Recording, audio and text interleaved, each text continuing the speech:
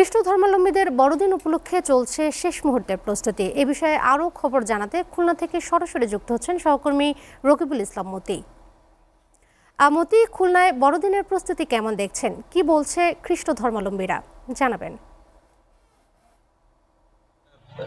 খ্রিস্টানদের যে সবচেয়ে বড় উৎসব বড়দিন উপলক্ষে কিন্তু খুলনার ৩৩টি চার্চে কিন্তু প্রস্তুতি সম্পন্ন হয়েছে এবং রাত আমরা যেটিতে আছি এটি সবচেয়ে বড় যে চার্চ, সেখানে আমরা রয়েছি সেন্ট জোসেফ ক্যাথলিকদের ড্র রয়েছে এখানে।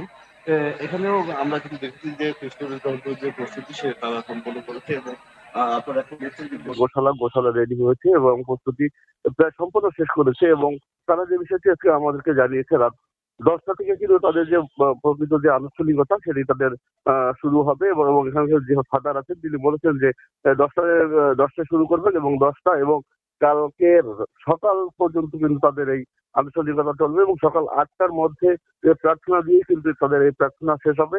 এই বিষয়ে আমরা যে বিষয়টি জানিয়েছি, খুলনা মহানগরীতে ৩৩টি কিন্তু যে চার্চ রয়েছে সেই চার্চে একইভাবে অনুষ্ঠিত হবে এবং তারা যে বিষয়টি বলেছে যে আমরা তাদের যে আনুষ্ঠানিকতা, সাজসজ্জা বা কেক কাটা যে পর্বগুলো রয়েছে সেগুলোর কিন্তু সবই রকম প্রস্তুতি তারা এখন পর্যন্ত সম্পন্ন করেছে বলে তারা আমাদেরকে নিশ্চিত করেছে।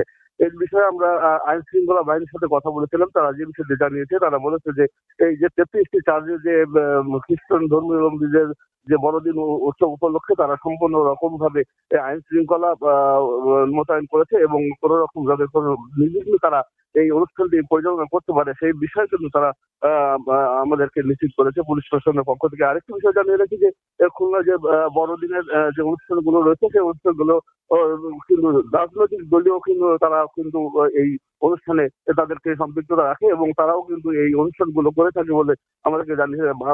বিএনপির পক্ষ থেকে 6:30টায় কিন্তু এখানে ফুল এবং কেক দিয়ে তাদেরকে শুভেচ্ছা জানাবে বলে আমাদেরকে নিশ্চিত করেছে এবং এখানকার যে ফাদার আছেন তিনি যে বিষয়টি আমাদেরকে নিশ্চিত করেছেন যে তারা বলেছেন যে প্রার্থনার যে স্থানগুলো সেগুলো কিন্তু তারা সম্পন্ন করেছে। সর্বোপরি বলতে পারি যে খ্রিস্টানদের যে সবচেয়ে বড় যে উৎসব বড়দিনের যে প্রস্তুতি এবং সেই প্রস্তুতি সম্পন্ন করেছে বলে আমাদেরকে সব পক্ষই আমাদেরকে জানিয়েছে।